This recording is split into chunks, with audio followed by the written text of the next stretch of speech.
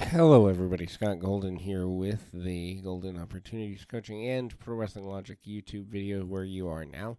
And we are looking at the nature of the AEW Dark review for the 22nd of June, 2021. Overall, as I always say with these shows, there's some good stuff, some completely wasteful stuff. Uh, Quick to watch, less than an hour, I think. Um, and then, at the same time, there are people that they employ who I just scratch my head and wonder, especially when money eventually needs to happen, at some point where you're conscientious of not wasting money. So, soon AEW will be going back on the road, which I think is good for business overall. Lance Archer with Jake Roberts defeats Rex Lawless. Roberts on commentary. Lawless tries to get in a few shots on Archer, but it doesn't really go that well. Archer squash. He beats people up, hits the blackout, and gets the victory in a matter of a couple of minutes. Ryan Pillman Jr. with Julia Hart defeats Bear Bronson. Alex Marvez had interviewed Pillman to open the program, discussing his match against Bronson and the TNT Championship match a week from yesterday. This is going up on a Thursday, so a week from Wednesday. And, I mean, Pillman looked at tonight's match as a tune-up and as a warm-up to his opportunity against Miro. I don't think that they're going to defeat Miro with Pillman, but I would actually like to see a shocking win. The Air Pillman springboard clothesline gets the win. And then, that's kind of where it is. Brian Cage defeats Chandler Hopkins. AEW star Ricky Starks is on commentary and has been there for a couple of contests now.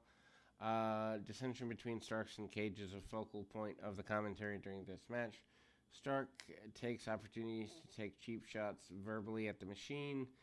In the end, Cage has no issue in beating his opponent, hits the Weapon X, and then runs Starks off. Taz continues to say things are fine in Team Taz, even though evidence to the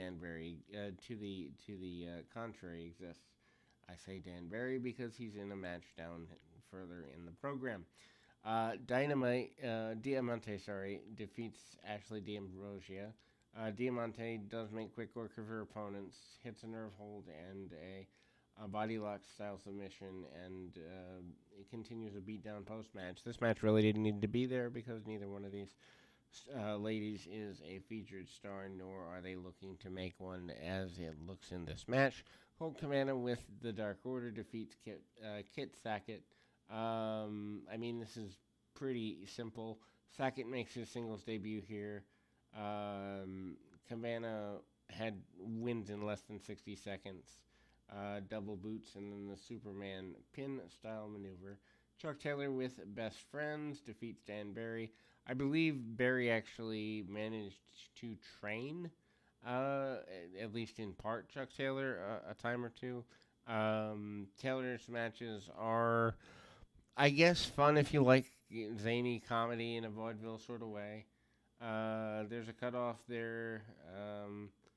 The finish comes after a spike pile driver followed by a regular for the win. Taz, I don't know, is, the best part of the match because I'm not a Chuck Taylor fan.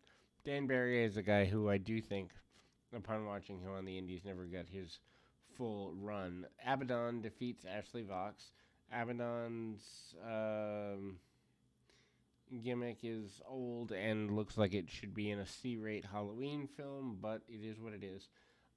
Vox does exactly what she needs to do, and that is sell a bunch of holds, including a leg hook DDT that gives Abaddon the win. Griff Garrison with Julia Hart against the little person Marco Stunt. I'm sorry, Stunt should not be employed by this company, and the company will be at least a partial joke until they let go of this individual. The Varsity Blondes in singles action is kind of interesting, but obviously showing Pillman going for the TNT title is a reason for this.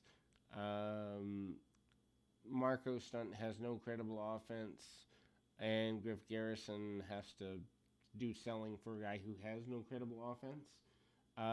Garrison grabs Stunt's hat in the middle and teases him, and then there's a discus elbow strike that leads to the win for Griff Garrison.